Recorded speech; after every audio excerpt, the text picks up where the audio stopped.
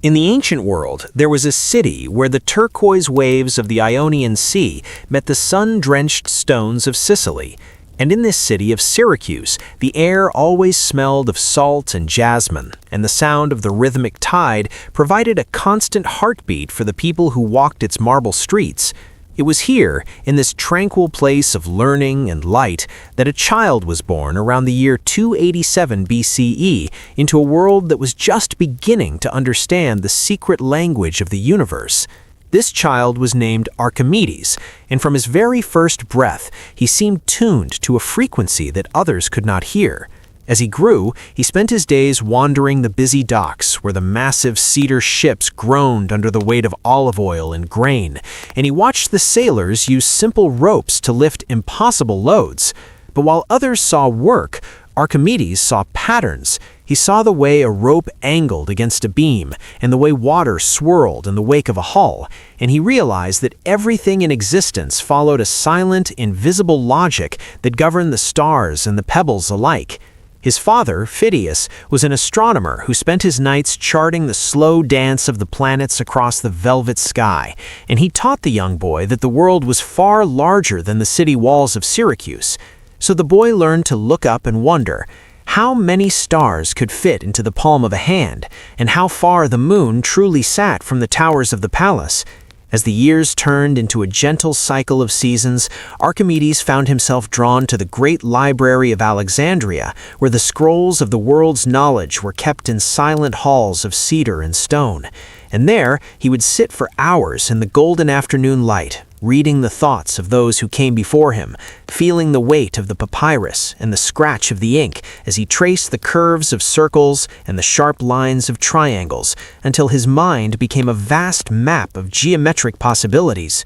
And then he returned home to Syracuse, not as a soldier or a politician, but as a seeker of truth who would spend the rest of his long life sitting in the dust of his garden, drawing shapes with a stick, and listening to the wind whisper the answers to questions no one had even thought to ask yet. He would sit so still that the birds would land near his feet, and the shadows of the olive trees would stretch across his back as he calculated the area of a sphere or the volume of a cone, feeling the deep peace that comes from knowing that the world is not a chaotic mess, but a beautifully structured masterpiece, where every action has an equal weight and every mystery has a solution waiting to be found. In the quiet moments between the heartbeat of the sea and the ticking of the cosmic clock, which continues to turn even now as the world sleeps and the stars watch over us, just as they watched over him in the cradle of his genius so many centuries ago, when the world was young and full of silent wonder. In the quiet halls of the mind, where the numbers dance like dust motes in a sunbeam, Archimedes began to look far beyond the simple counting beads of the wooden abacus that everyone else used for their daily trades and taxes, because he felt that the universe was far too vast to be captured by such small and finite things. And so, he began to imagine a mathematics that could stretch out like the horizon over the Mediterranean Sea, where the blue of the water meets the blue of the sky in an endless line of tranquility. And he spent his afternoons sitting on the cool stone floors of his study, watching how the light shifted across the walls, and he wondered if he could calculate the very space that the light occupied as it filled the room from corner to corner. And he started to develop a system of numbers so large that they could describe the number of seeds in a harvest, or the number of drops in the ocean, or even the number of grains of sand that would be required. And in that moment of absolute stillness, he realized that the volume of the water that had escaped was exactly equal to the volume of his own body that was submerged, and this simple truth hit him with the clarity of a bell ringing in the morning air, because he knew that gold is much heavier and denser than silver, and if he submerged the crown, he could measure the water it displaced and compare it to the displacement of a bar of pure gold of the same weight. And if the crown displaced more water, it would mean it was bulky with hidden silver, and his heart filled with a quiet joy as he rose from the bath and ran through the streets of Syracuse, shouting "Eureka," which means "I have found it." and he did not even realize he was still damp from the water because the heat of discovery was warming him from the inside out, and he returned to his workshop and set up 2 vessels of water with the precision of a master musician tuning an instrument, and he first placed the gold bar into the water and measured the rise, and then he placed the crown into the water and watched as the surface climbed higher than it had before, proving that the jeweler had indeed been dishonest. But for Archimedes, the victory was not in the king's justice, but in the revelation of a universal law that governs every object in the world, from the smallest pebble to the largest ship. And he felt a deep sense of peace, knowing that the water and the gold and the silver were all following a silent and perfect logic that could never be broken or cheated. And he sat in his chair as the evening settled over the island of Syracuse, watching the ripples in his water bowl slowly fade until the surface was as smooth as a mirror, reflecting the stars that were beginning to appear in the deep indigo of the sky. And he felt himself drifting into a state of calm contemplation where the weight of the crown and the weight of the world felt lighter than a feather floating on the surface of a dream, where everything is balanced and everything is known, and the steady heartbeat of the earth continues to pulse in the darkness as the mind lets go of every question and every worry and simply sinks into the cool and quiet depths of a long and restorative sleep that has no end and no beginning, just like the water that flows and returns in a never-ending cycle of grace and tranquility. After the excitement of the crown had faded into a gentle memory, Archimedes found himself sitting by the quiet docks of Syracuse, where the massive ships sat heavy in the dark green water, and he began to wonder about the deeper forces that allowed a mountain of wood and iron to float as gracefully as a leaf on a pond, while a tiny pebble would sink instantly to the sandy bottom. And he spent many long and silent afternoons watching the way the hulls of the ships pressed down into the sea, and how the water seemed to push back with a steady and invisible strength that kept everything in a state of perfect equilibrium. And he realized that this was not magic, but a fundamental law of the physical world, which he began to call buoyancy. And he sat in his garden under the shade of an ancient olive tree with a bowl of water and various objects made of wood and stone and lead, and he would lower them slowly into the liquid one by one, feeling the weight change as soon as they touched the surface. And he noticed that every object felt lighter the moment it was submerged, as if the water was trying to lift it up toward the sun. And he began to measure this upward force with meticulous care, recording how the weight of the displaced water was exactly equal to the loss of weight of the object itself. And this realization brought a profound sense of clarity to his mind, like the clearing of mist from the mountains in the early morning light, because he understood that the universe was governed by a series of balances where every push had a pull and every weight had a counterweight. And he spent hours watching the bubbles rise from the bottom of a stream, seeing how they were pushed upward by the heavier water around them. And he felt his own thoughts becoming lighter and more fluid as he let go of the complexities of the world and focused only on the simple rhythmic rising and falling of the tides, which followed the same laws he was uncovering in his quiet study. And he began to write down these principles on long scrolls of papyrus, using careful and steady strokes of his pen, while the wind rustled the leaves of the trees and the distant sound of the waves provided a hypnotic backdrop to his work. And he explained that any object totally or partially immersed in a fluid is buoyed up by a force equal to the weight of the fluid displaced by the object. And this law, which we now call Archimedes' principle, became a pillar of human knowledge that would eventually allow giant steel ships to cross the vast oceans and submarines to glide through the silent depths of the abyss. But for him, it was simply a truth of nature that brought a sense of order to the world, and he would often sit by the shore at twilight, watching the fishing boats return to the harbor, feeling the deep connection between the Evenings, sitting on the cliffs overlooking the sea, thinking about the long levers of the planets and the invisible fulcrums of the stars, wondering what cosmic hands were moving the celestial bodies through the dark velvet of the night. and he felt a profound sense of relaxation, knowing that even the most daunting challenges could be broken down into simple parts and balanced with the right perspective. And as the moon rose over the quiet island of Sicily, he imagined a giant lever extending out into the cosmos, reaching past the clouds and into the stillness of space, where there is no weight and no friction, only the pure mathematics of motion. And he felt his own body becoming as light as a feather as he let go of the day's labors and allowed his mind to drift into the vastness of the theoretical world, where everything is supported by the firm ground of logic and every burden is lifted by the grace of understanding. And he breathed in the cool night air, feeling the steady pulse of the earth beneath him, and knowing that he was part of a grand and balanced design that would continue to function with perfect precision long after the city of Syracuse had fallen into a peaceful slumber and the stars continued their slow and silent march across the sky in a never-ending cycle of movement and rest that brings comfort to the weary soul and settles the heart into a deep and tranquil state of being, where the only thing that matters is the gentle rhythm of the breath and the soft weight of the blankets, and the knowledge that the world is being moved by forces much greater and more constant than ourselves.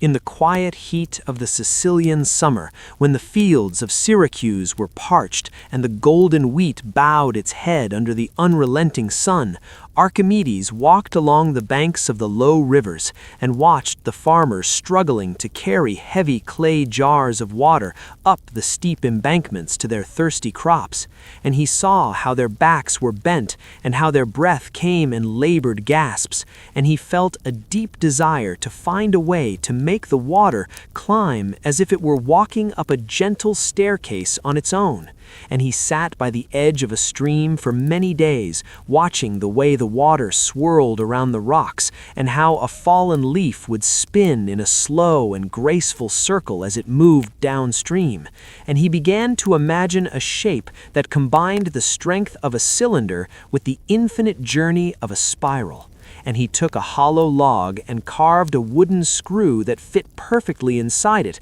with a winding blade that wrapped around a central core like a vine climbing a trellis. And he tilted the device at a slight angle and placed the bottom end into the flowing river, and as he began to turn the handle at the top, he watched with a calm and steady gaze as the water was trapped in the first pocket of the spiral. And as the screw turned, the water was pushed upward by the very rotation that seemed to be pulling it down, and soon a steady and rhythmic stream of cool, clear water began to pour out of the top of the tube and into the waiting irrigation ditches with a sound like a soft and constant fountain. And this invention, which the world would forever call the Archimedes screw, changed the lives of everyone who worked the land because it allowed the life-giving liquid to flow uphill with very little effort, and it was used to drain the hulls of great ships and to clear the deep mines of floodwaters.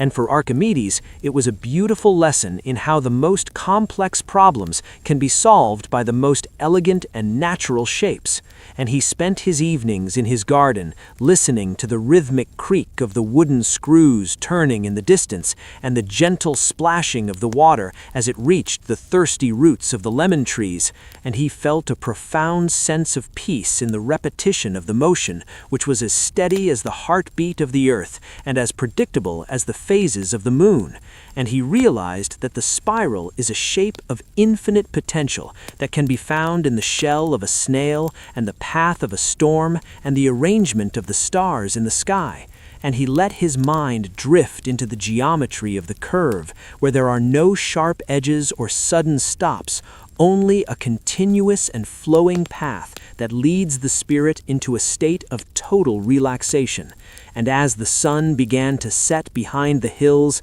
and the shadows grew long and soft, he imagined himself moving along that infinite spiral, climbing higher and higher into a realm of pure thought, where the air is cool and the light is dim, and every movement is part of a grand and harmonious design that requires no effort and causes no strain. And he felt the weight of his limbs sink into the soft earth, and his thoughts became like the water in the screw, being lifted slowly and surely toward a place of absolute quiet and stillness, where the only sound is the whisper of the wind through the olive leaves and the distant murmur of the sea that continues to wash against. And he felt the cool night breeze against his face and listened to the rhythmic washing of the waves against the base of the cliffs, which continued regardless of the empires that rose and fell above them.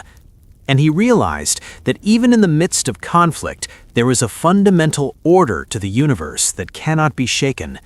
And he allowed his mind to drift away from the machines of war and back to the silent beauty of the stars, which move in their own orbits without friction and without noise.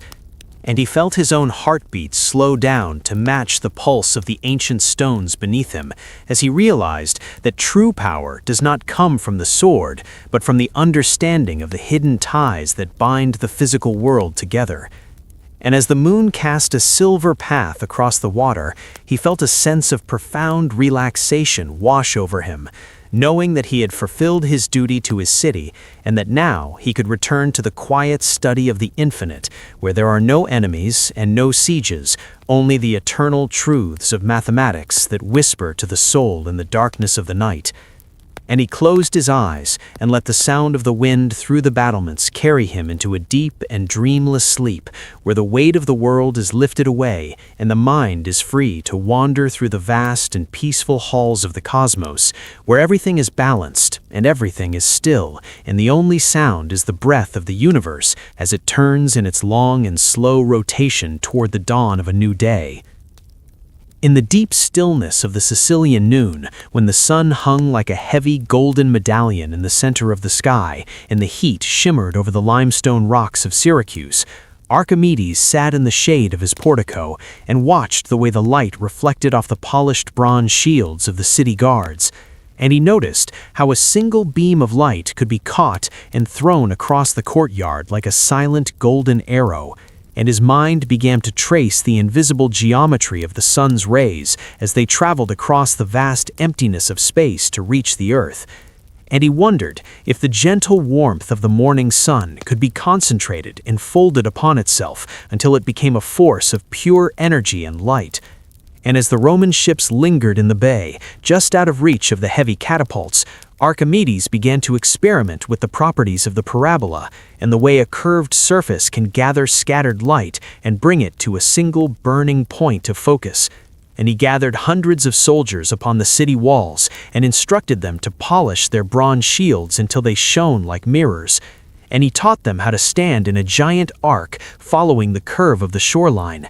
And when the sun reached its zenith and the light was at its most intense, he signaled to the men to tilt their shields in unison toward a single Roman vessel that sat motionless on the water. And as the hundreds of individual reflections converged on the wooden hull of the ship, a brilliant white spot appeared on the cedar planks, and the wood began to smoke and then to smolder. And finally, a bright orange flame licked upward toward the sails as the power of the sun was focused into a needle of heat. And for those watching from the shore, it seemed as though the gods themselves had struck the ship with a bolt of fire. But for Archimedes, it was simply a manifestation of the laws of optics and the beautiful precision of the parabolic curve, which he had studied in the silence of his garden.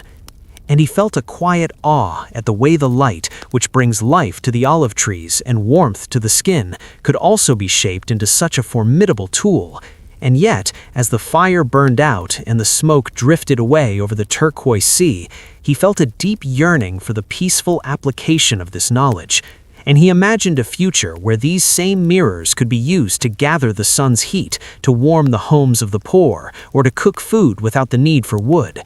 and he spent his evenings watching the sun sink slowly into the western horizon, feeling the cooling of the air and the softening of the light as the world prepared for rest. And he realized that the sun is a constant and generous source of power that asks for nothing. There is no noise and no conflict, only the pure and silent beauty of logic unfolding like a flower in the dark. And he felt a wave of relaxation move through his limbs as he contemplated the vastness of the infinite and how it could be captured and held in the palm of a human hand through the power of thought. And he knew that he was touching a secret that would one day help people measure the stars and build the great engines of the future. But for now, in the quiet of his room, it was simply a bridge to a place of absolute peace, where the mind can let go of the physical world and float in a sea of pure geometric truth.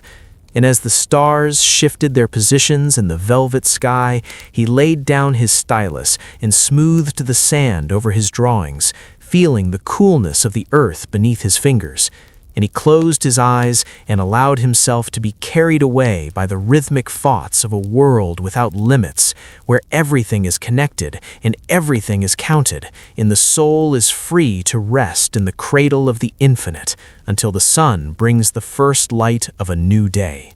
In the quiet solitude of a Syracusan evening, when the heat of the sun had softened into a gentle golden glow, Archimedes sat in the shaded corner of his courtyard and began to contemplate the most perfect shape in nature, which is the circle. And he looked at the way the light hit a round bowl and how the shadows curved around the edges of a stone pillar. And he felt a deep yearning to understand the hidden relationship between the distance around a circle and the distance across its heart.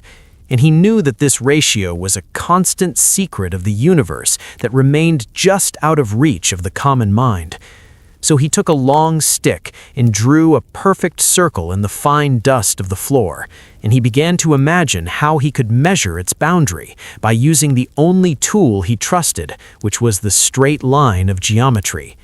And he started by drawing a hexagon inside the circle and another hexagon outside of it, touching the edges with a delicate precision that only a master could maintain. And he calculated the perimeters of these straight-edged shapes, knowing that the true length of the circle must lie somewhere in the quiet space between them. And then, with a steady hand and a mind as clear as a mountain stream, he began to double the number of sides, turning the hexagons into dodecagons, and then 24 sides, and then 48 sides, until he had reached a 96-sided polygon that hugged the curve of the circle so closely that the human eye could barely see the difference. And he spent many long hours in this state of deep focus, listening to the distant sound of a fountain and the rhythmic chirping of a bird, while his stylus moved across the sand, recording the numbers that would eventually become known as pi. And he found that the ratio was always just a little more than 3 1/7, but a little less than 3 10/71. And this narrow window of truth brought a profound sense of peace to his soul, as if he had finally heard the heartbeat of the geometry that sustains the world. And he realized that even though the number might go on forever into the infinite, there was a beautiful order to its pursuit, and he felt his own heartbeat slowing down to match the steady pace of his calculations, where every division and every multiplication was like a slow step on a long and winding path toward a mountain peak.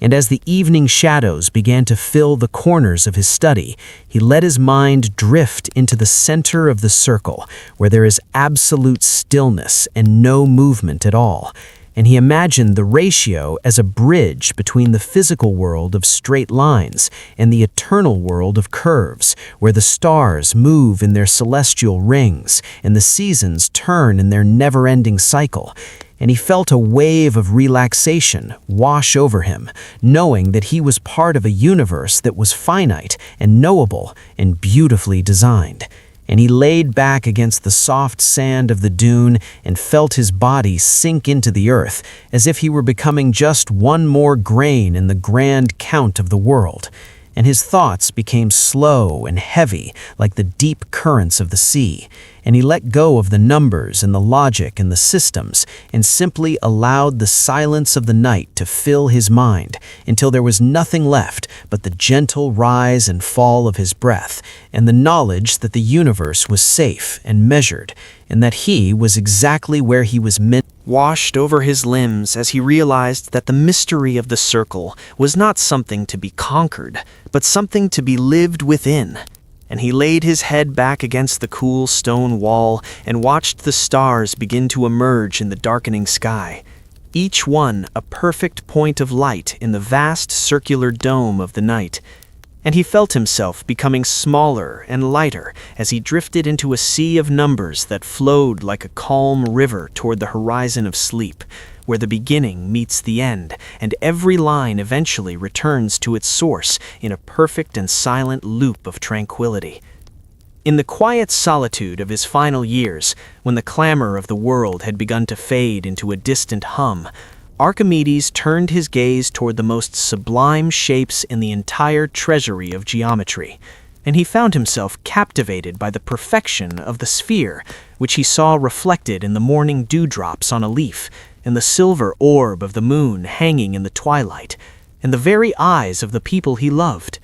And he felt that if he could unlock the secret relationship between a solid ball and the space it occupied, he would be touching the very hem of the garment of the divine. And so he spent countless days in his garden, sitting under the dappled shade of a fig tree, where the air was thick with the scent of sun-warmed earth, and the only sound was the rhythmic scratching of his wooden compass against a smooth slate tablet. And he began to imagine a sphere nestled perfectly inside a cylinder, like a precious pearl tucked into a velvet case, so that the height and the width of the cylinder were exactly the same as the diameter of the ball. And through a series of long and meditative calculations that felt like a slow walk through a peaceful forest, he discovered a truth so elegant and so balanced that it brought tears of quiet joy to his eyes. And he realized that the volume of the sphere was exactly 2/3 the volume of the cylinder, and the surface area followed the same magical ratio of 2 to 3, as if the universe were singing a simple song with only 2 notes. And this discovery felt more important to him than any machine of war or any crown of gold, because it was a truth that would remain true even if the city of Syracuse were to crumble into the sea. And he felt a deep and lasting sense of achievement that settled in his bones like the warmth of a hearth fire on a cold night. And he would often sit for hours visualizing these shapes rotating in the dark void of his mind, seeing the way the curved surfaces met the flat planes in a dance of mathematical harmony. And he felt his own spirit becoming as smooth and as balanced as the sphere he studied, where there are no corners to catch the mind and no edges to cause friction. And he became so fond of this discovery that he requested that when his time on earth was done, his tomb should be marked not with his name or his deeds, but the simple image of a sphere inscribed within a cylinder, so that any traveler who passed by would see the symbol of the 2/3 ratio and know that a seeker of truth had found rest there. And as the afternoon turned into a purple evening and the first stars began to blink in the high heavens, he felt a profound relaxation wash over him, knowing that he had found the ultimate balance in the architecture of existence. And he let his stylus fall to the ground and leaned his head back against the trunk of the tree, feeling the pulse of the living world and the steady pull of gravity that holds all spheres in their places. And his thoughts became slow and round and soft like the shapes he loved so much, and he drifted into a state of deep tranquility where the numbers and the ratios dissolved into a pure and wordless feeling of being home in a universe that is both infinite and perfectly measured.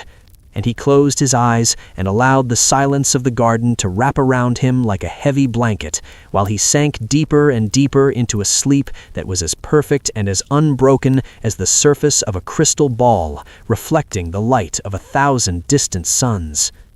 In the long and heavy silence of the great siege, when the Roman ships lay like a dark shadow upon the glistening waters of the harbor, Archimedes stood upon the high stone walls of Syracuse and felt the weight of history pressing down with a cold and steady hand.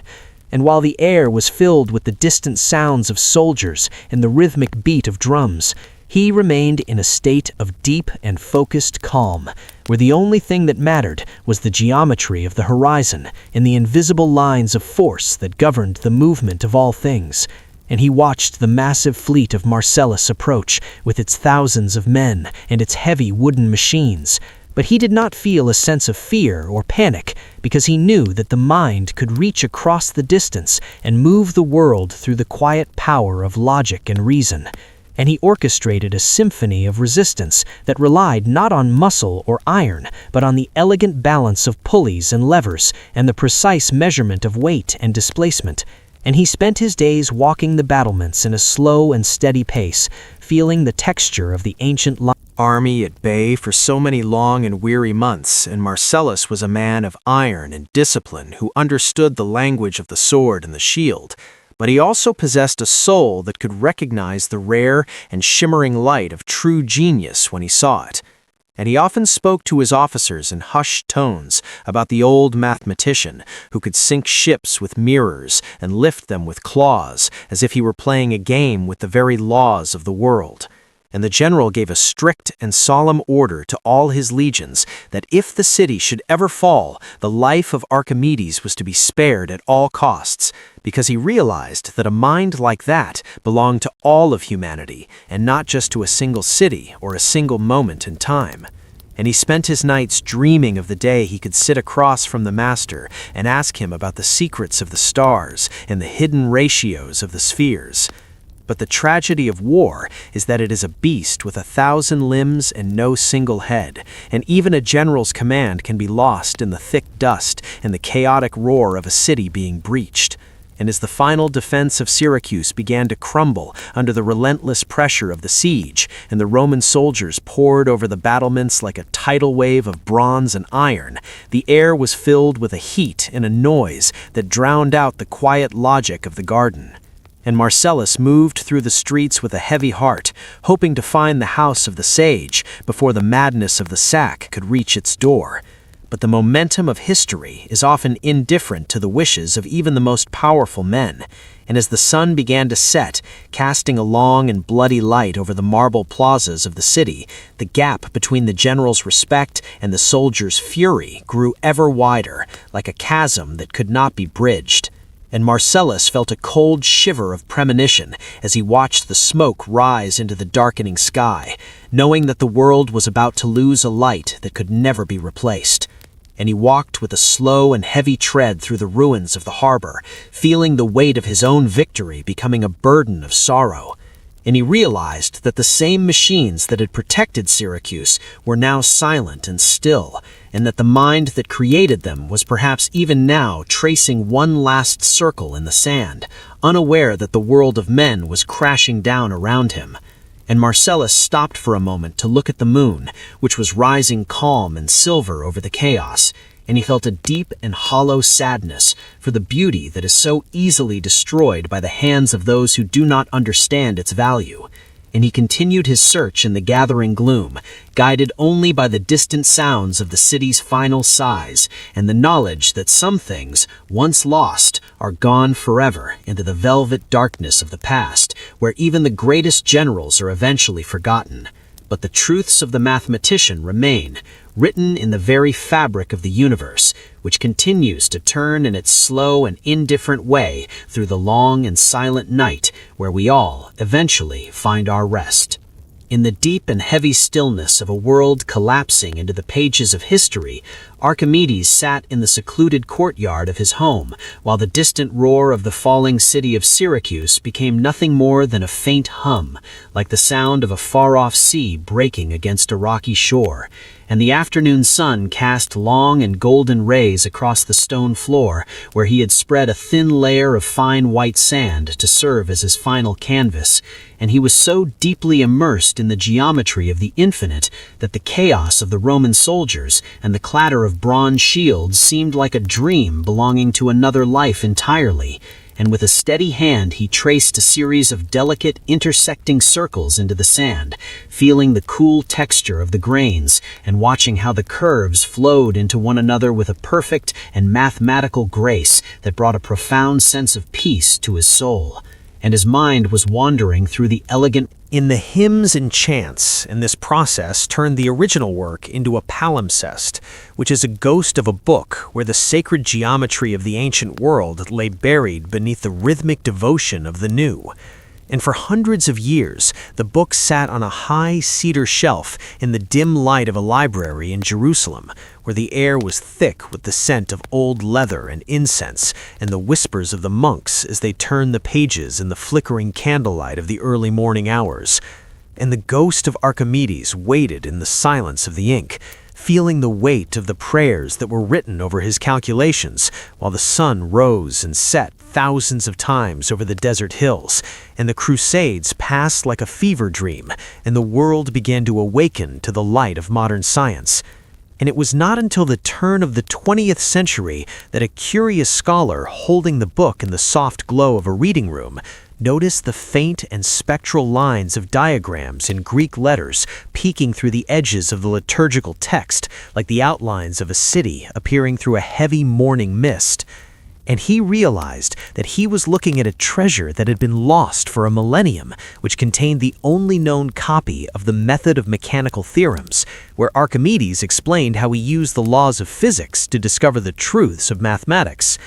And the book was eventually brought to a laboratory in the modern age, where scientists use the power of X-rays and ultraviolet light to peer through the layers of time without touching the delicate skin of the parchment.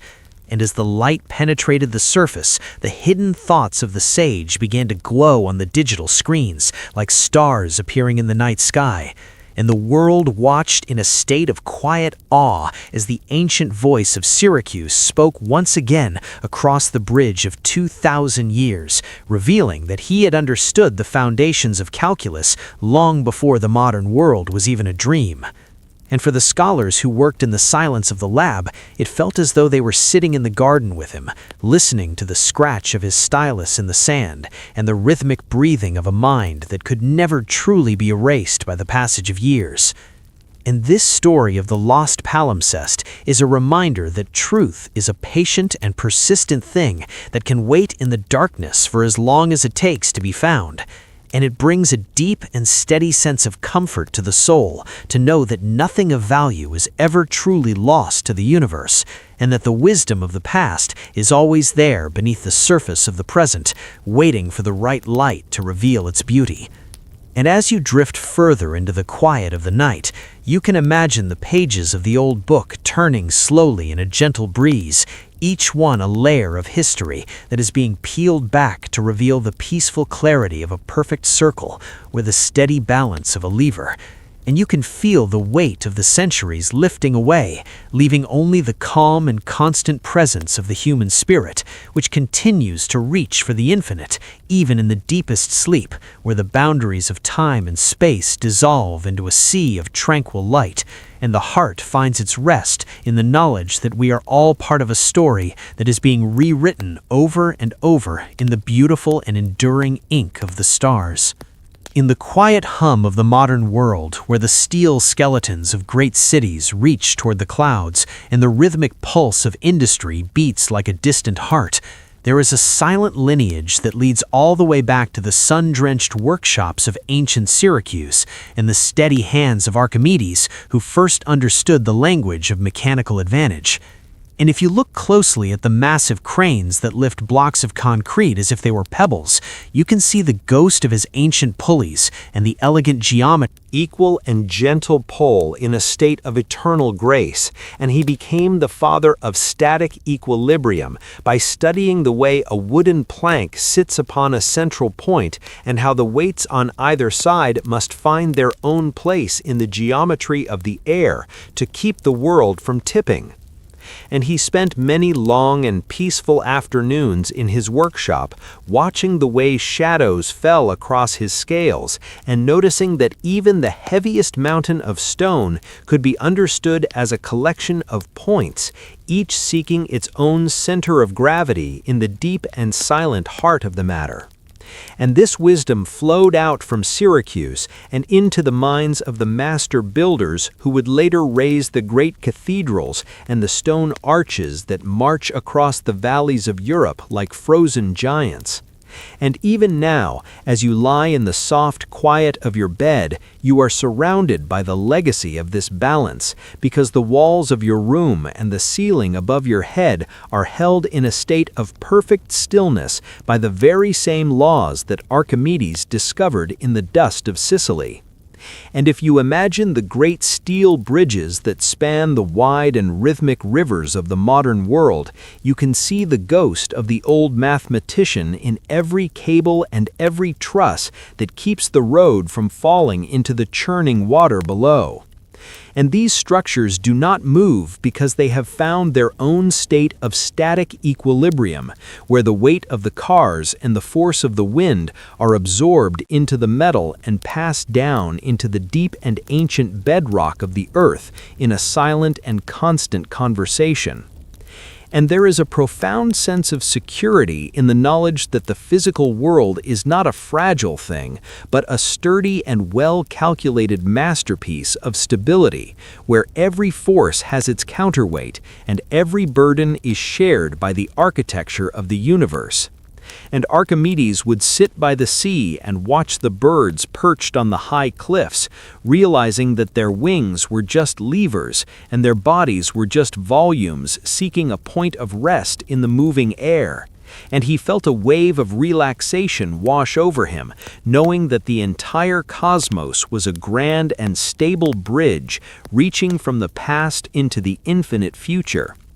And as the night grows deep and the sounds of the city fade away into a distant whisper, you can feel your own body seeking its center of gravity, sinking into the soft and welcoming weight of your mattress, as if you were a stone finding its perfect place in a grand archway that has stood for 1,000 years. And you can let go of the tension in your shoulders and the thoughts in your mind, because the world is being held up by laws that do not sleep and do not fail, and you are part of a balanced and beautiful design that is as steady as the limestone cliffs and as calm as the surface of a mountain lake at dawn.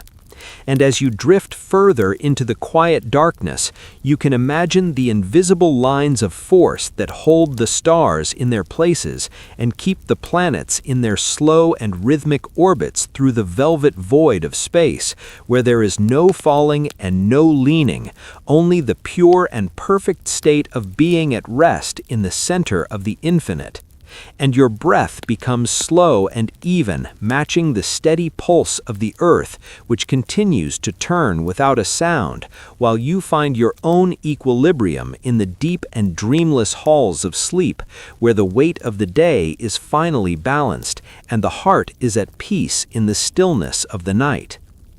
In the vast and silent reaches of the deep cosmos, where the stars twinkle like distant lanterns in a sea of velvet blackness, the ancient spirit of Archimedes continues to guide the path of the bold explorers who reach out from the earth toward the mystery of the unknown. And though he lived in a world of marble and sand, his mind had already begun to grasp the celestial mechanics that NASA and modern astrophysicists use today to navigate the silent vacuum of space, where there is no air to breathe and no ground to stand upon, but only the elegant geometry of gravity and the rhythmic dance of the enough to contain the entire universe, in whose heart was patient enough to count every grain of sand that ever existed. And his legacy is a bridge made of pure logic and golden light that spans the chasm of 2,000 years, connecting the dusty gardens of Sicily to the gleaming laboratories of the modern age, where his principles of buoyancy and leverage in the infinite series continue to act as the silent bedrock of everything we know to be true about the physical world. And there is a profound and rhythmic comfort in the realization that when you look at a simple water screw, or the curve of a great bridge, or the trajectory of a satellite moving through the velvet dark, you are seeing the signature of a genius who realized that the world is not a chaotic place of chance, but a beautifully structured masterpiece of geometric harmony. And he remains the most relevant thinker of the ancient world, because he taught us that the human mind can reach out and touch the infinite without ever leaving the quiet of its own home. And he showed us that there is a deep and abiding peace to be found in the pursuit of truth, where the numbers never lie and the ratios never fail, and the laws of nature are as constant as the rising and the setting of the sun. And as you lie there in the soft and heavy warmth of your bed, you can feel the weight of his legacy like a gentle blanket of wisdom that covers the world, keeping us safe and secure in a universe that is measured and understood. And you can imagine Archimedes sitting in his garden one last time, smoothing the sand over his final drawings and looking up at the same